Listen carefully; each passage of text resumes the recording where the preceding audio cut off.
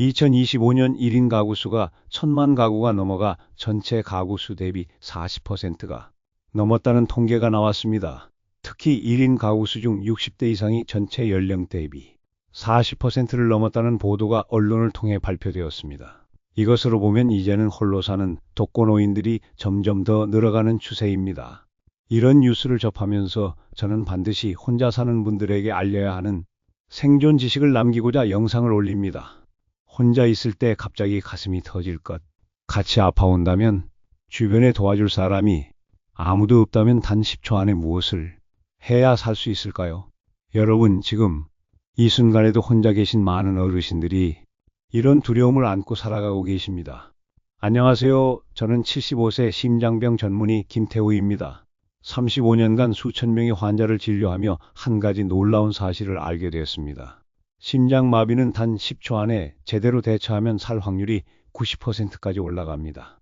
하지만 아무것도 모르면 죽을 확률이 87%입니다.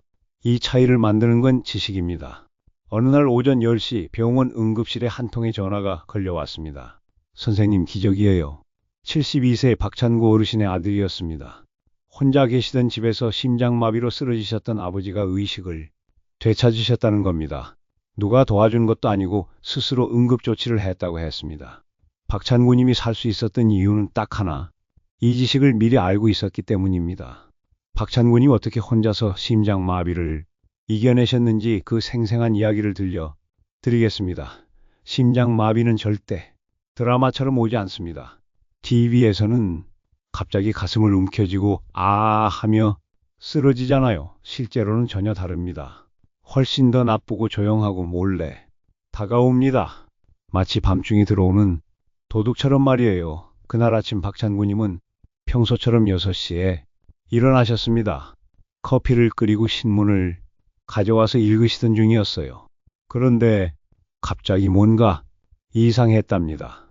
아, 이게 뭐지? 가슴이 좀 답답한데? 처음에는 어제 저녁을 좀 많이 먹었나? 하고 넘어가려 하셨대요. 하지만 10분, 20분이 지나도 답답함이 사라지지 않았습니다. 오히려 점점 더 심해졌어요. 바로 이것입니다. 심장마비의 진짜 모습입니다. 갑작스럽게 쓰러지는 게 아니라 서서히 조여오는 거예요. 마치 누군가가 가슴 안에서 주먹을 꽉 쥐고 조이는 것 같다고 하십니다. 그리고 30분이 지나자 왼쪽 팔이 저리기 시작했어요. 이거 뭐지? 하시면서 팔을 주물러 보셨대요. 그런데 왼팔만 저린 게 아니라 턱까지 아파오기 시작했습니다. 이때 박찬구님은 번개처럼 깨달으셨어요. 아, 이거 심장마비 증상이구나. 여러분, 바로 이 깨달음이 그분을 살린 겁니다. 만약 나이가 나이인지라 몸이 여기저기 아프네 하고 넘어가셨다면 어떻게 됐을까요? 생각만 해도 끔찍합니다. 통계를 보면 심장마비 전조 증상 5가지, 환자의 85%가 증상을 다른 것으로 착각합니다. 소화가 안 되나 어깨가 아픈가 감기 기운인가 하면서 말이에요. 그러다가 소중한 시간을 놓치고 돌이킬 수 없는 상황이 되는 겁니다. 더 무서운 사실을 말씀드리겠습니다. 심장마비는 갑자기 쓰러지지 않습니다. 가슴이 조여오고 팔이 저리고 턱이 아프고 이상한 피로감이 몰려오며 식은땀이 납니다. 이게 진짜 심장마비의 모습입니다. 많은 사람들이 이걸 소화불량이나 감기 몸살로 착각하고 넘겨버립니다. 그래서 시간이 지체되고 결국 치명적인 결과를 맞이하게 됩니다. 특히 혼자 사는 65세 이상 어르신은 심장마비로 돌아가실 확률이 일반인보다 3.7배나 높습니다. 하지만 박찬구님은 다르게 행동하셨습니다. 그 이유는 제가 알려드린 7가지 생존법을 기억하고 계셨기 때문입니다. 지금부터 그 7가지를 알려드리겠습니다. 첫 번째, 모든 행동을 멈추고 등받이 있는 의자에 앉기입니다. 걷고 계시다면 바로 멈추고 소파나 의자에 앉으세요. 바닥에 주저앉지 마시고 반드시 등이 기대어지는 자리에 앉으셔야 합니다. 두 번째, 아스피린 100mg 하나를 씹어서 드세요. 삼키지 마시고 꼭 씹어야 빠르게 흡수돼 혈전을 녹이는 데 도움이 됩니다. 아스피린이 없다면 당황하지 마시고 다음 단계로 넘어가면 됩니다. 세 번째, 119에 전화를 걸고 정확한 주소를 또박또박 말하세요. 서울시 마포구 공덕동 몇 번지 몇 동 몇 호 심장마비 증상이 있습니다. 숨이 가쁘고 가슴이 아픕니다. 나이는 몇 살이고요. 이렇게 차분하게 말씀하시고 상황실에서 질문하면 천천히 답하세요. 네 번째, 대문을 열어두고 비밀번호나 열쇠 위치를 종이에 써서 문 앞에 둡니다. 문이 잠겨 있으면 응급대원이 들어오는데 시간이 지체돼 치명적일 수 있습니다. 비밀번호를 크게 써서 문에 붙이고 열쇠는 화분 밑이나 눈에 띄는 곳에 두시면 됩니다. 다섯 번째, 몸을 45도로 세우고 다리를 살짝 올리는 자세를 취하세요. 이 자세는 머리로 가는 피를 유지하게 도와주고 심장의 부담을 줄입니다. 쿠션이나 베개를 이용해서 몸을 기대고 다리를 살짝 높여주세요. 여섯 번째, 가족에게 간단한 문자 메시지를 보내세요. 절대로 전화를 하지 마세요. 심장에 부담을 줄 수 있습니다. 심장마비 증상으로 119에 신고했고 병원으로 갈 예정입니다. 걱정 말고 병원으로 와주세요. 이 문자를 가족 여러 명에게 동시에 보내세요. 일곱 번째, 4초 동안 천천히 숨을 들이마시고 6초 동안 후하며 내쉽니다. 이 호흡은 심장 박동을 안정시키고 혈압을 낮춰주는 효과가 있습니다. 가슴이 아닌 배로 천천히 숨을 쉬는 것이 중요합니다. 여러분, 이 7가지를 기억하고 계시다면 혼자서도 충분히 심장마비를 이겨낼 수 있습니다. 이제 마지막으로 평소에 꼭 준비하셔야 할 3가지를 알려드리겠습니다.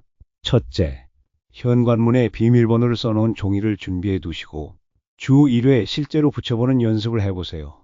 둘째, 스마트폰의 긴급 단축키 기능을 가족 도움으로 설정해 두세요. 전원 버튼을 연속으로 누르거나 긴급 모드를 통해 자동 신고가 되게 해주세요. 셋째, 잠금 화면에 병원 정보, 약물 복용 내역, 알레르기 등과 함께 응급 연락처 등을 등록해 두세요. 여러분, 제가 왜 이렇게 간절히 말씀드리는지 아십니까? 지난 35년간 저는 너무 많은 분들을 잃었습니다. 단지 몰랐기 때문에, 준비하지 않았기 때문에 돌아가신 분들이 정말 많았습니다. 그때마다 제 마음은 찢어졌습니다.